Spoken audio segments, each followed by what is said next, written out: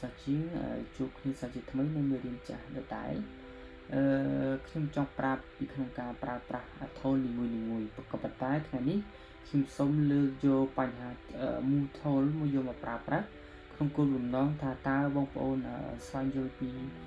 គេថាមូលថូលនឹងថាតើមូលថូលនឹងគឺមានការថាតម្រងប្រភេទណាហើយគេអាចអនុវត្តបាននៅរបៀបមិនខ្លះអូខេដោយសារតែបើសិនជាយើងខ្ញុំចង់បង្ហាញនេះគឺ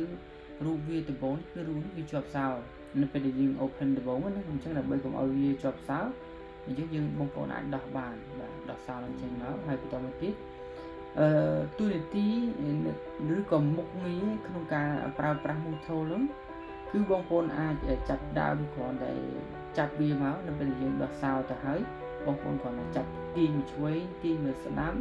វាអាស្រ័យទៅលើបងប្អូនអាចចង់ប្រើប្រាស់ថូលនឹងគឺថូលមួយហ្នឹងគឺយើងប្រើសម្រាប់ក្នុងការមូលទីតាំងមានន័យថាយើងចង់ទាញអានេះមកដាក់នេះឬក៏ទាញអានេះទៅដាក់ខាងនោះអញ្ចឹងទៅអាស្រ័យទៅលើបងប្អូនហើយអញ្ចឹងបន្ទាប់ពីយើងទាញហើយយើង comment ធីឧទាហរណ៍ណាហ្នឹងហើយខ្ញុំគ្រាន់តែជាឧទាហរណ៍ comment មកខ្ញុំចង់ដាក់អាហ្នឹងនៅជ្រុងហ្នឹងណាហ្នឹងហើយអញ្ចឹងខ្ញុំដាក់ហ្នឹងនៅជ្រុងហ្នឹងនេះគ្រាន់តែទាញវាពង្រួមចូលខាងនេះតិចមកបាទ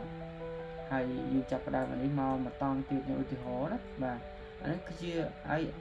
ហេតុអីបងប្អូនឆ្ងល់ហេតុអីបានខ្ញុំចុចមកទាញមានមកពីហ៎ដោយសារតែខ្ញុំចុច option នៅក្នុងkeyboard លើ Mac តែនៅក្នុង Windows គឺប្រើ Alt អូខេតើឥឡូវខ្ញុំចុច option នោះទាញបន្តទៀតមុខងារវាគឺសម្រាប់ទាញណាបាទហើយទាញនេះអានេះដោយសារតែយើងចុច option មួយទៀតទេបានវាមានតម្រងប្រភេទហ្នឹងអញ្ចឹងក្នុងករណីហ្នឹងបងប្អូនគ្រាន់តែចង់ទាញវាគឺអានេះមុខងារវាគឺយើងប្រើប្រាស់ក្នុងការផ្លាស់ទីតាំងពីកន្លែងមួយទៅកន្លែងមួយហើយថ្ងៃនេះគ្រាន់តែចង់បង្ហាញពីកម្មវិធី Moodle ហ្នឹងទេហើយអត់មានអីច្រើនចែកលេខបងប្អូនទេអូខេអញ្ចឹងនៅពេលដែលយើងយល់ function ទាំងអស់ហ្នឹងហើយប្រកាសជាបងប្អូនអាចប្រើប្រាស់ក្នុង Photoshop បានហើយអញ្ចឹងជាជំហានបន្តមកទៀតខ្ញុំនឹងបង្ហាញពីការប្រើប្រាស់ថៅហើយថាមើលឈួលអូខេបាទអញ្ចឹងថ្ងៃនេះសូមបញ្ចប់មេរៀននឹងត្រឹមតែប៉ុណ្ណឹងអរគុណច្រើន